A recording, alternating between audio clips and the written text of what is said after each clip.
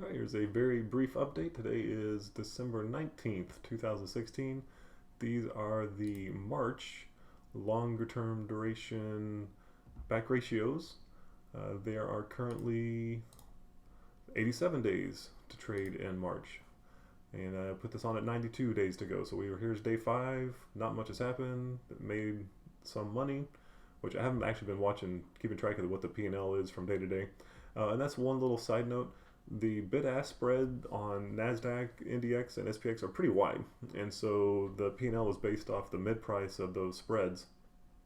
And it can vary a lot, especially sometimes in the after hours markets, which is where I'm recording this in the evening time. You can get some really wonky numbers in the bid or the ask, which make the mid price all screwed up, which makes the P&L calculation all screwed up. So always use this as a with a grain of salt, and it's an approximation. This kind of gives you an idea of what's happening. But the main thing to realize is there's absolutely nothing to do. There's no risk to the upside. Our only thing to worry about is the downside. Market was flat to up today, so absolutely nothing to do. Time is decaying. These options are decaying. These options are decaying. These will decay faster than those, and we'll make money. That's basically how this position works. SPX is a very, very similar story. Made a couple $100. We did absolutely nothing. I didn't even look at these. Once again, I think I said the same thing Friday. Didn't look at this until just now. Didn't even pay any attention to March. So I won't have to do anything to these for quite some time.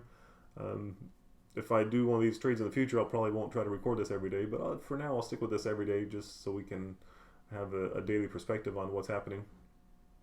But that's it. This is a very lazy trade.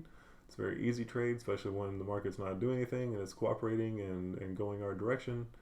We don't have to do anything, which is personally my favorite trading strategy. Is put something on, which takes maybe half an hour at the most to model and execute the order, and then don't touch it for about 60 or 70 days, and then put in a good to cancel order, which eventually is filled, and take your $2,000 or $3,000 and repeat. And then, depending on your account size and whatnot, you can scale that up to a pretty large number. And as long as this defends us against really nasty downside moves, then this position is really, really, really hard to beat. So I like this strategy. I could see someone managing tens of millions of dollars with this, assuming that this extra long put performs the way I expect it to. And so as we continue through this process, we'll keep an eye on it and see what unfolds. But I really like this strategy. So far, so good. The main thing will be to see how it performs in an actual stress situation. And maybe we'll get that in January, maybe not. But I can guarantee you this, if I continue to do this long enough, that at some point in 2017, we will find that stress situation, and we'll get to see firsthand how this performs. So I actually kind of look forward to that. More information, and it's fun.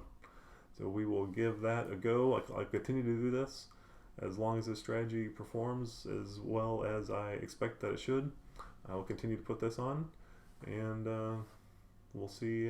We'll see through experience. We'll do some empirical testing, what sort of results we get here. But I'm enjoying it. This is fun. I like making money while I do very, very little. It almost feels like stealing, but in a good way. All right. Thank you very much for watching.